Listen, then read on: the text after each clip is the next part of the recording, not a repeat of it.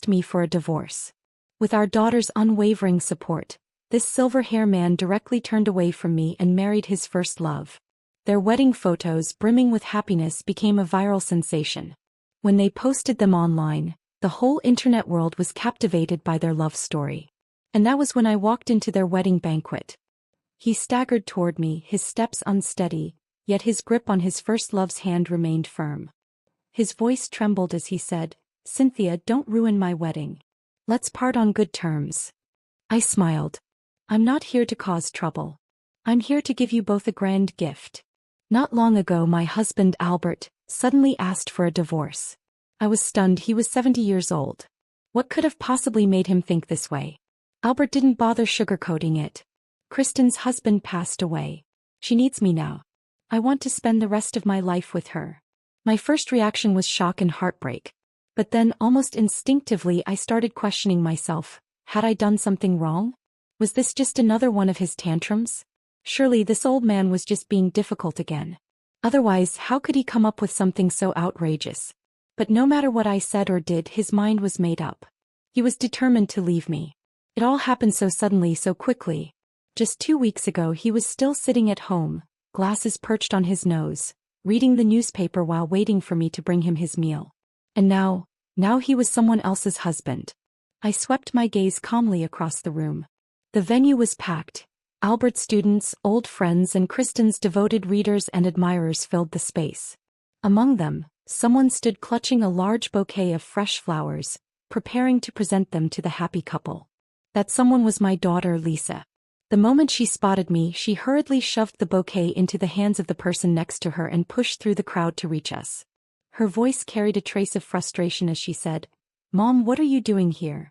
Today is Dad's big day. If you're here to make a scene, don't blame me for getting upset and ask you out. Dad and Aunt Kristen were forced apart for nearly 40 years because of you. Haven't you had him long enough?" "Because of me?" I instinctively questioned. "What kind of person do you think I am?" Lisa's clear, unwavering gaze landed on me, her tone indifferent as she said, "Dad is a scholar and expert. His students are spread all across the country.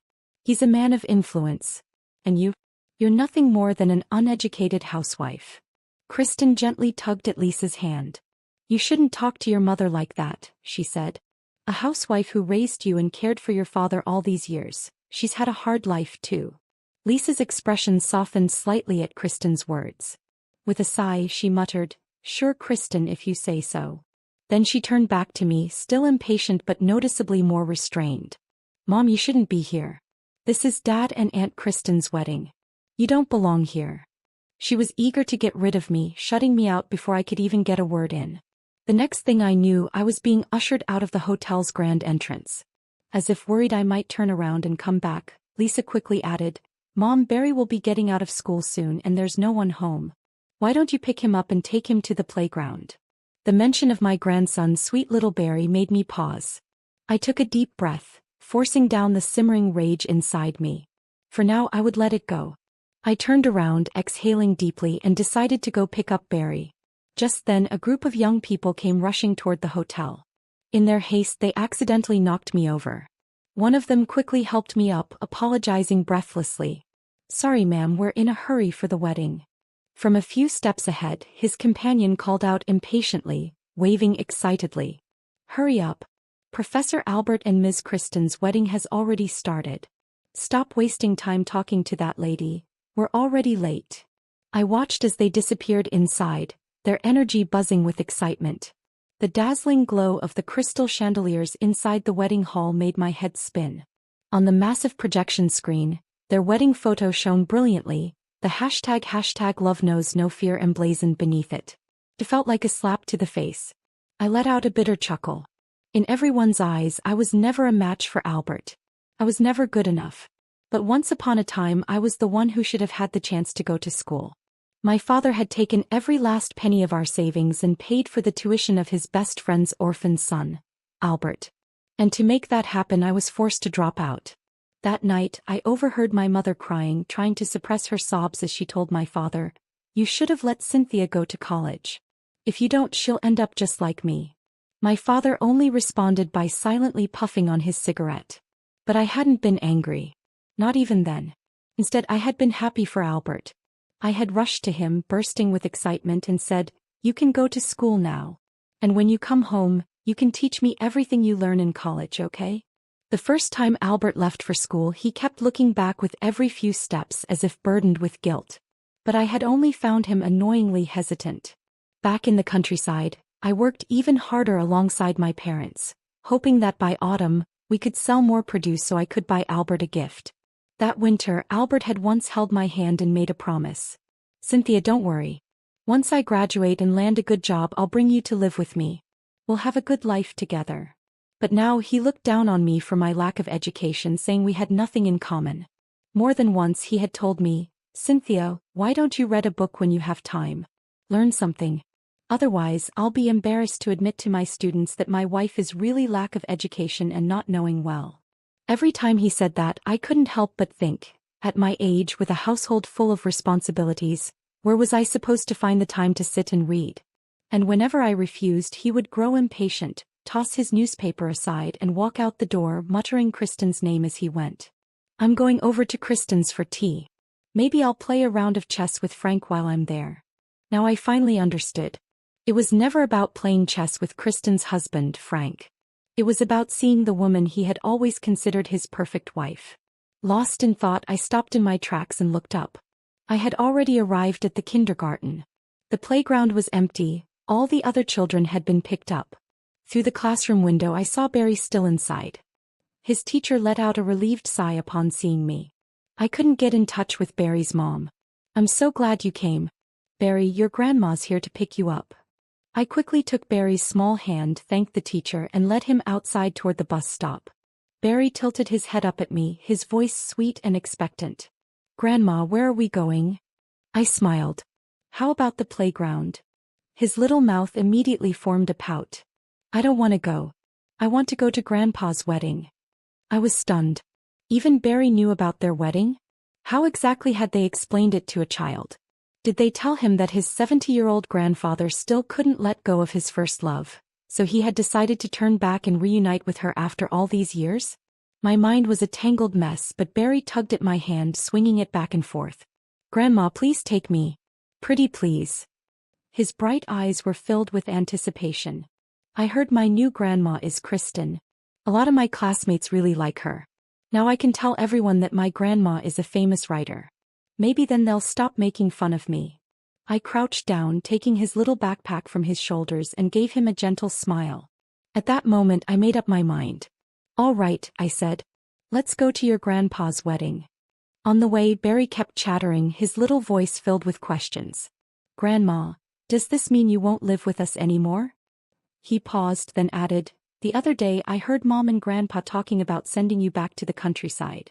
A sharp pain tightened in my chest. But I still forced a smile. "Do you want Grandma to go back to the countryside?" Barry's small face scrunched up in hesitation.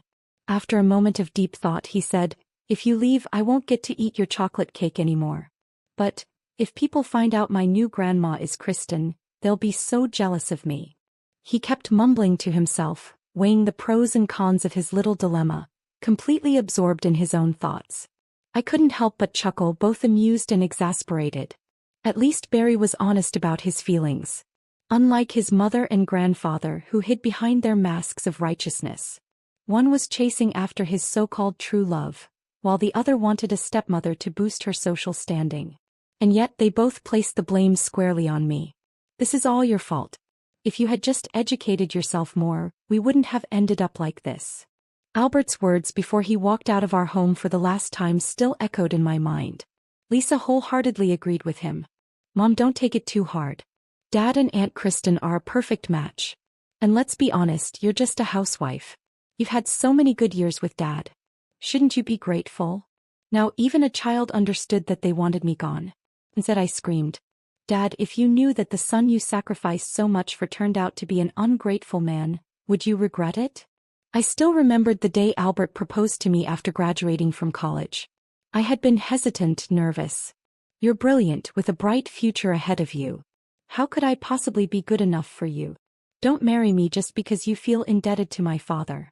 Neither he nor I would ever want to force you into that." But Albert had looked at me with complete sincerity. This isn't about repaying any favor. I just feel like we're a perfect fit. We'll be happy together." It had been such a simple, earnest confession. And I had believed him. I had believed every word. Back then, I thought love was about companionship, about building a life together, about trust. I never imagined that decades later, I'd be discarded like an old, outdated book, one he was embarrassed to be seen with. Now he stood beside Kristen, hand in hand, basking in the admiration of the crowd. The same man who once promised to build a future with me had rewritten our story, erasing me from its pages as if I had never mattered. I still remembered the night before my wedding. My father sat outside my door until dawn. The next morning when I opened it, I found a pile of cigarette butts at his feet. He looked up at me, his voice steady yet heavy. "Don't worry, Cynthia. If Albert ever mistreats you, I'll stand up for you." But my father died 5 years later before he ever had the chance to keep that promise. With no one left to protect me, Albert never had to hold back. And Albert, he was the closest person to me in this world. By the time I arrived at the hotel, the banquet was still in full swing.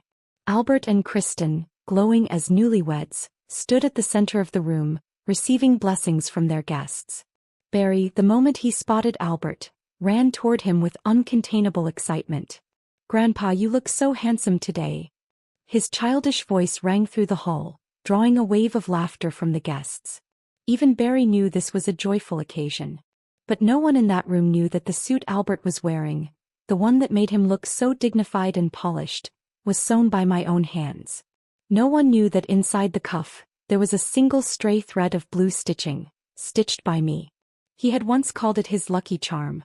And yet today he had pulled it from the depths of his closet, put it on, and married someone else. Kristen turned to me with a gentle smile. "Cynthia, come have a seat. Albert mentioned you'd be moving back to the countryside. What are your plans after that?" Before I could answer, murmurs began to ripple through the guests around us. Why is she here? A woman this ordinary, with no talent or accomplishments, actually managed to marry someone like Professor Albert? She must have had some nerve to pull that off. Right? And now that he's divorcing her, how could she possibly accept it so easily? But let's be honest, she was never a match for him to begin with. Just because their fathers were friends doesn't mean she had the right to hold on to him forever. Their words cut through me like 1,000 tiny blades. Memories flooded back, the ones I had long buried. Like how, despite years of marriage, Albert never once allowed me to visit his workplace. Not even to bring him food, clothes, or important documents.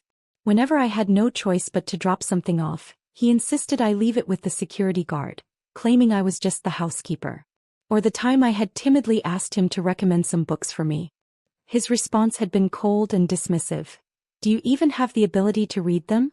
Stop wasting time. If you have time for books, you should be in the kitchen. We're hungry."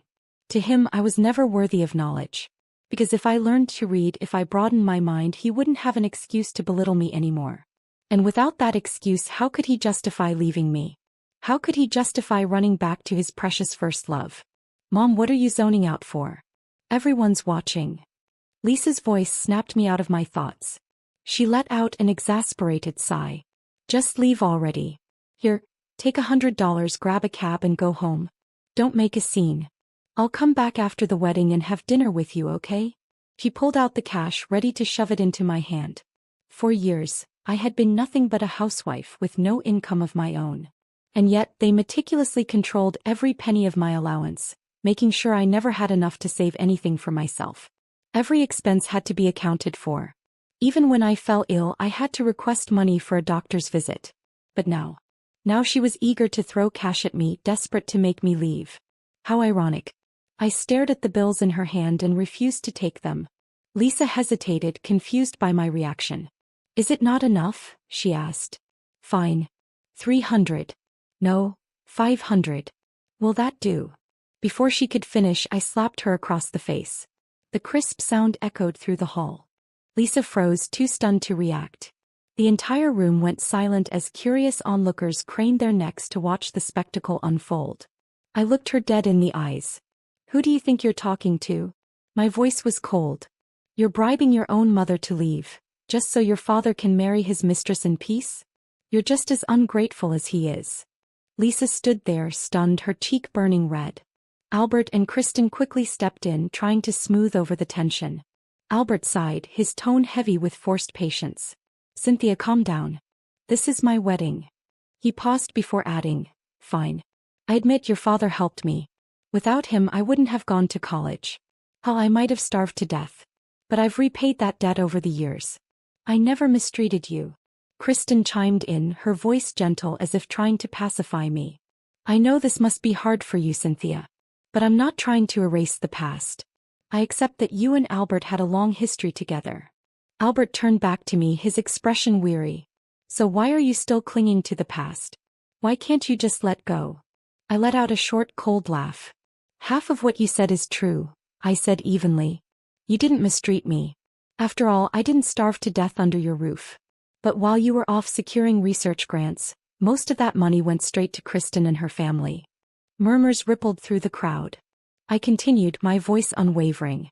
And after I gave birth to Lisa, you stopped sharing a bed with me. No, you stopped sharing a room altogether. You told me you needed a quiet space to focus on your research. That you didn't want to disturb me or Lisa's sleep. Even when Lisa was away, you refused to come near me. I met his gaze and tilted my head. Now I finally understand why. The murmur in the crowd grew louder. You weren't preserving your academic focus. You were preserving yourself for Kristen. A stunned silence fell over the room before the whispers erupted again. Oh my God, is she serious? I thought Professor Albert was forced into his first marriage. But now, even if he didn't love her, he was married to her. To treat her like that. Silent treatment for decades? That's just cruel. Albert's face darkened. His hands clenched at his sides as he shook his head. This is humiliating, he muttered. How could you say something like that in front of all these people? I raised an eyebrow. Oh, now you care about your dignity? I took a step closer, my voice sharp and unwavering. You've had decades of dignity, Albert. Where was that dignity when you were sneaking behind Frank's back? When you and Kristen were running around behind her husband's back, keeping your little affair alive? The moment the words left my mouth, the entire banquet hall erupted. Gasps, whispers, scandalized murmurs. Albert's hand shot up, his finger nearly jabbing at my face. His whole body trembled with rage. You foolish woman. Do you have no shame? He snarled. Saying such things in public. I cut him off. Yes, I am foolish. I smiled, slow and deliberate. But at least I know the difference between right and wrong. My eyes flicked between him and Kristen. Unlike you two.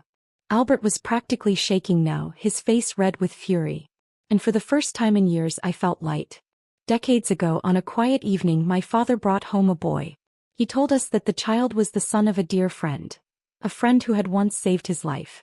I can't just leave him to fend for himself, he said. From that night on, Albert lived in our home.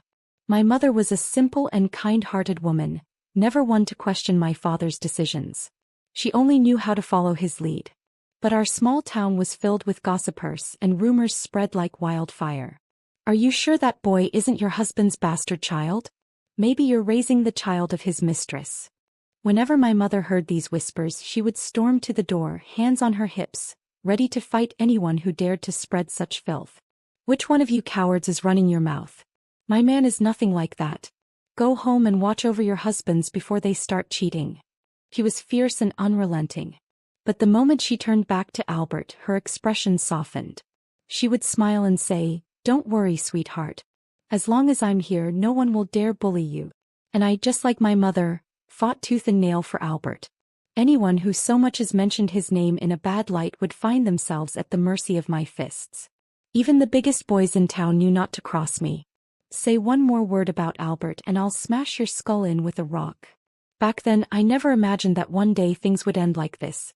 That after all those years of standing by his side, I would come to realize that I had wasted my entire life on a fraud. Albert's voice snapped me back to the present, his face as cold as ice. I've already told you, I'm spending the rest of my life with Kristen. No matter how much of a scene you make, it won't change anything. Instead of embarrassing yourself, why not hold on to what little dignity you have left? I spat at his feet. I don't care who you spend your life with, I said. I never said you couldn't move on. But our divorce isn't finalized yet and you've already rushed to throw yourself a wedding. My voice dripped with mockery. Tell me, who here is the one without dignity? I took a step forward, staring him down. You want a divorce? Fine. But I will not accept your terms. My voice grew sharper. I gave everything, to this marriage. And now you want to toss me aside with nothing? Do you think I'm too stupid, too uneducated to know how unfair that is? Kristen let out a low, contemptuous laugh, her eyes brimming with condescension. Cynthia, she sneered, we're not asking you to leave with nothing. It's just that, well, maintaining a household for all these years has been expensive and there isn't much left. But don't worry, when you move back to the countryside, Albert will still send you a living allowance. And I'll even help cover the costs to renovate your old house. Her words sent a ripple through the crowd. The murmurs turned into open disdain. Oh, so that's what this is about. She just wants money. Figures. I knew she wouldn't let go so easily. What a schemer. What a disgrace. Clinging on to him for dear life even after he's moved on. I let out a cold, bitter laugh. I thought I was standing in a room full of intellectuals, I said slowly, my voice dripping with irony. But it turns out you're just as ignorant as they are. My gaze swept across the crowd. You're no different from these two ungrateful, self-righteous hypocrites. I laughed again, softly this time. Then I turned back to Kristen and Albert, my smile razor sharp. You want to play it this way? Fine. I tilted my chin up. I'll see you in court. I may be 70 years old, but at least I've lived long enough to finally see things clearly. If nothing else, I can say I've truly understood life before it ended. I didn't argue with them anymore. I simply turned and went home. While they were still busy celebrating, I packed my belongings. That's when I realized I had almost nothing to take with me. A single suitcase barely half full. When I was done, I dragged it to the front door only to run into them just as they returned. Lisa was the first to speak. Mom, you can stay at the house for a while if you want. We're leaving for a short trip anyway. Her tone was casual, as if we hadn't just stood on opposite sides of a battlefield. Kristen's new book launch was happening in the next city over, and apparently they all wanted to make a trip out of it. I had never expected my daughter to be so close to Kristen. I let out a soft laugh and shook my head. Well, I hope you all have a wonderful trip. I wasn't angry. I didn't argue. That seemed to unsettle them more than anything else. Albert cleared his throat, his voice careful. Cynthia, I know you're a reasonable person. Just don't do anything foolish, all right? Even Lisa, who had always treated me with thinly veiled contempt, looked somewhat uneasy. Where are you going? She asked. I'll drive you. Lisa had never offered to drive me anywhere. Even when I'd asked for a ride to the market, she would always refuse, too embarrassed to let anyone see her scholar father's illiterate wife. And yet today she was suddenly volunteering to take me somewhere. Guilt maybe? I looked at her, my expression unreadable. That won't be necessary, I said evenly. You should stay here and bond with your new mother. After all, you'll need her influence if you want to keep climbing that social ladder. My words carried the sharp edge of sarcasm. Lisa's lips parted slightly as if she wanted to say something, but I didn't wait to hear it. I turned away without a second glance and walked out of that house. That night I saw Lisa's latest post online, a family portrait. In the photo, Lisa leaned in close to Kristen, their faces pressed together like mother and daughter. If Kristen had ever had a biological daughter, she wouldn't have looked any different. But Kristen couldn't have children. She had fallen gravely ill when she was younger, and the illness had left her infertile. Frank, however, had adored her, cherishing her even more after her sickness. He had loved her fiercely, devotedly, never wavering. And yet, even as I thought of Frank's unwavering love, all I could feel was pity for him. Because if Kristen had never given Albert any hope, he wouldn't have proposed to her the moment Frank was gone. The truth was obvious. Those two had been involved long before Frank ever passed. I contacted a lawyer to draft a new divorce agreement. After listening to my story, he was furious. Ma'am, in your situation, we must expose him as the at-fault party in this marriage. Otherwise, if he argues in court that he supported you all these years, it could put you at a disadvantage when it comes to dividing assets. With his guidance, I recorded a short video and uploaded it to social media. In the video I laid everything out, the decades I had spent with Albert, the sacrifices I had made, and how I was being discarded like an old, useless object. I don't want him back. I just want what I'm owed. That last line was something my lawyer insisted I add. At first I was worried. After all, at the wedding, plenty of guests had already called me shameless for daring to show up. Surely the internet would tear me apart even worse. But to my surprise, the reaction was nothing like I expected. Wait, isn't this the woman from that high-profile wedding? The OG wife. Grandma, you did the right thing. You have to fight for your rights. You sacrificed everything for him and now he wants to toss you aside with nothing? Hell no. The comments poured in and with them the tides shifted. It's not even about money. She gave up her education for him, dedicated her entire life to being a housewife, and now he wants to send her to the countryside with nothing? That's just evil. As the video gained traction, my phone rang. Albert. I answered, already knowing what he was going to say. Cynthia. His voice was tense, his tone rushed. You want money? Fine. I'll give it to you. Just stop encouraging people to attack Kristen. Do you even know? She's been crying so much her eyes are swollen. In the background I heard Barry's small voice choked with sobs. Grandma's bad. Grandma only wants money. Grandma is bad. If this had been before, those words would have broken me. But now I just smiled. Calmly I said into the phone, I've had my lawyer draft a new divorce agreement. Sign it and once we're officially divorced I won't bring this up again. Albert was silent for a long moment. Then finally he exhaled. Fine. And with that he hung up. Just when I thought this ordeal was finally coming to an end, Lisa made a post on social media. My mother has been a housewife all her life, but she has a domineering personality. My father and I lived under immense pressure because of her. In her video she kept hinting that my father cheated. But let me ask, how could he have possibly cheated? He's 70 years old. He spent his entire life trapped in a hopeless marriage. Only when he felt that his days were numbered did he finally work up the courage to ask for a divorce. And just then Aunt Kristen became a widow. Two lovers from their youth, finally reunited in their twilight years. What's so wrong about that? Her words stirred up a whole new wave of discussion. This time it wasn't just about me. Men who felt powerless in their marriages flocked to Albert's defense. I get where Albert's coming from. A wife that's too domineering? That's suffocating. After working all day, all a man wants is peace at home. If your wife is too strong-willed, life becomes unbearable. Kristen seems so gentle. Honestly, she and Albert are a much better match. And just like that, the tides turned against me once again. They branded me an overbearing old woman making a fuss over nothing. Not a single one of them cared about the truth. Lisa even sent me a message taunting me. I told you, didn't I? Stop fighting. Just go back to the countryside and live out the rest of your days in peace. With Lisa publicly defending Albert, he saw his chance to backpedal. The man who had once been so eager to settle things was now avoiding me. My lawyer couldn't reach him. Calls went unanswered. Fury burned in my lawyer's voice. Ma'am, your daughter, she's something else. Does she not realize what you've been through? You gave your whole life to this family and this is how they repay you? Don't worry. I will win this case for you. Meanwhile, as public opinion turned in their favor, Kristen made a grand show of her victory. At a book signing she made a veiled remark, one clearly aimed at me. A woman, no matter her age, is always a rose meant to be cherished.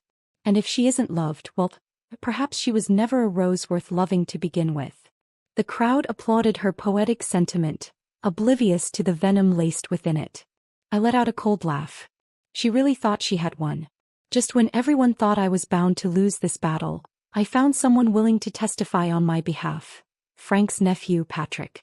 Frank had never had a biological child, but he had always loved children. He had poured all his affection into his nephew.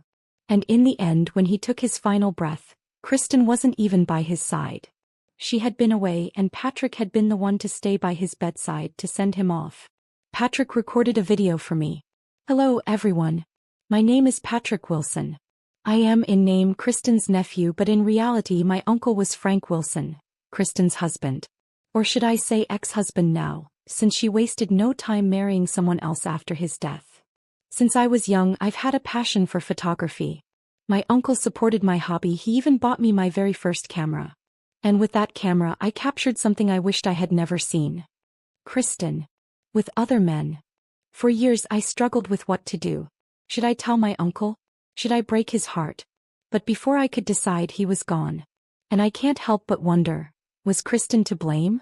She had been emotionally distant for years, and my uncle had been growing more and more despondent. And Kristen, she never even tried to hide her affairs. These photos may be decades old, but they're clear enough to show the truth. And among those men was Albert. Even I didn't expect that they had been entangled for so long. The video ended. I called Patrick, thanking him over and over again. On the other end of the line, he was silent for a long time before finally sighing. "Ma'am, you and my uncle are alike. You're both good people. And I refuse to let you suffer like he did. Some people may grow old, but their character remains rotten. People like that don't deserve our respect." The moment I hung up, Lisa's message popped up. "You froze all the family assets. How are we supposed to live now?" Right after Albert called. His voice was agitated. "Cynthia, how could you really go through with suing me? Do you want to ruin my reputation?" I didn't bother entertaining him. Patrick's video had ignited a storm. Public opinion flipped once again. My lawyer released an official statement. Mrs. Cynthia has formally filed for divorce. The only dispute remains the division of assets. My client dedicated her life to this family, only to be betrayed in her later years and left with nothing. This is simply unjust. As her attorney, I will ensure that her legal rights are protected and will take legal action against those spreading false accusations against her. More and more people started speaking up. Former neighbors, Albert's colleagues, even a young woman who had once been Kristen's devoted fan.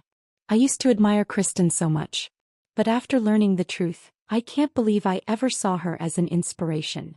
That one simple sentence carried an enormous weight. Kristen's books were pulled from shelves. Several publishing houses publicly severed ties with her, issuing statements condemning her actions.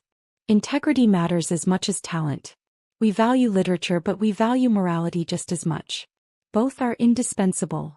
Then one evening there was a knock at my door. I opened it to find Albert and Kristen standing there. Kristen's knees buckled the moment she saw me, and she nearly threw herself to the ground. "Cynthia, please, I can't take this anymore. I'm begging you, let us go, let this go." Albert stood beside her, his face flushed red with humiliation. For a long time he said nothing. Then in a low voice he finally muttered, "If you leave Kristen alone, I'll come back. We can go back to the way things were." I stared at him for a moment before letting out a short laugh. "You really think too highly of yourself, don't you?" His eyes flickered. "You actually believe I'm doing all this just to get you back?" I smirked. "Albert, the day you asked for a divorce was the day I stopped considering you my husband. I'm not trying to win you back. I'm simply taking back what I deserve, for myself and for my parents who gave up so much for you." Albert's face darkened further. Kristen was still kneeling, quietly sobbing. I lifted my foot and lightly nudged her. Caught off guard, she stumbled to the side, looking up at me in shock. After all, despite the way they had slandered me, claiming I was aggressive and domineering, I had never once laid a hand on any of them. I had endured everything they threw at me without ever retaliating. But now I was done enduring. I looked down at Kristen and smiled. "Enough with the act. We both know you don't mean a single word of that apology." Her breath hitched. He knew it too. At this point, staying with Albert was her only option. Without him, she had nothing, not even someone to care for her in old age. And Albert? I knew him too well. He was already planning his next move. Sure enough, he cleared his throat and tried again, his voice softer this time. "Cynthia, I really do regret everything. Let's just put this behind us, okay?" At that moment, Lisa's name popped up on my phone. "Mom, Dad and Kristen went to see you. Are you guys talking? Dad says they're there to apologize to you." I typed back. "Yes, your parents are here. Your mom is crying." Lisa responded almost immediately. "What? My mom isn't you? You're not crying." I stared at the message for a second before chuckling coldly. They really were shameless. Without hesitation, I blocked Lisa's number. This mother-daughter relationship had come to its end. Half an hour after Albert and Kristen left, my lawyer called. "Albert has agreed to sign the divorce papers," he informed me. I wasn't surprised. Albert had spent his whole life obsessed with his reputation. There was no way he would drag himself to court over a divorce in his 70s, especially not against a woman who had once been his benefactor's daughter. He couldn't afford that kind of humiliation. The settlement was simple. The house would remain his, and aside from the cash in our accounts, he would compensate me with an additional $300,000. It wasn't a fortune, but I knew it was all he could give. With that money, I bought a piece of land in the countryside and built a farmhouse restaurant. I grew my own vegetables, raised chickens and ducks, and slowly word spread about my little retreat. People loved the quiet atmosphere, the clean, pesticide-free produce, the fresh eggs. Over time, my small business gained a reputation and more visitors came. On Thanksgiving Day, I was going over the accounts in the farmhouse when someone recognized me. A young woman approached hesitantly. "Excuse me, ma'am," she whispered as if sharing a secret. "Are you that brave divorced grandma?" There was a glimmer of curiosity and admiration in her eyes. It took me a moment to register what she meant, but when I did, I smiled and nodded. She lit up. She was one of Albert's former students, and a former fan of Kristen's books. She admitted that after the scandal broke, she had felt utterly disillusioned, unsure of which so-called intellectuals could still be trusted. "But when I heard about your story," she continued, "I felt inspired. You proved that even at 70 you can start a new life. We all think you're incredibly brave." Through her, I learned about what had become of Albert and Kristen. The fallout had been immense.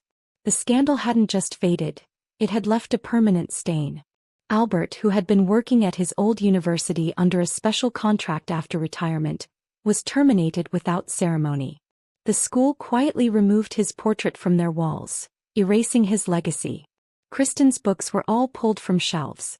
Lisa had planned to use Kristen's reputation to climb the social ladder, secure a better job and elevate her status. But now, that dream had crumbled before her eyes. Without Kristen's influence, she had nothing left to leverage. And in the end, her resentment toward Kristen grew even harsher than the disdain she once held for me. As the months passed, Lisa's life began to unravel. The social circle she had tried so hard to climb into, using Kristen's name as a ladder, soon saw through her intentions. Her ambition, once masked as admiration for Kristen, turned into bitterness and disdain as her own plans crumbled. Lisa's once hopeful career path now seemed blocked.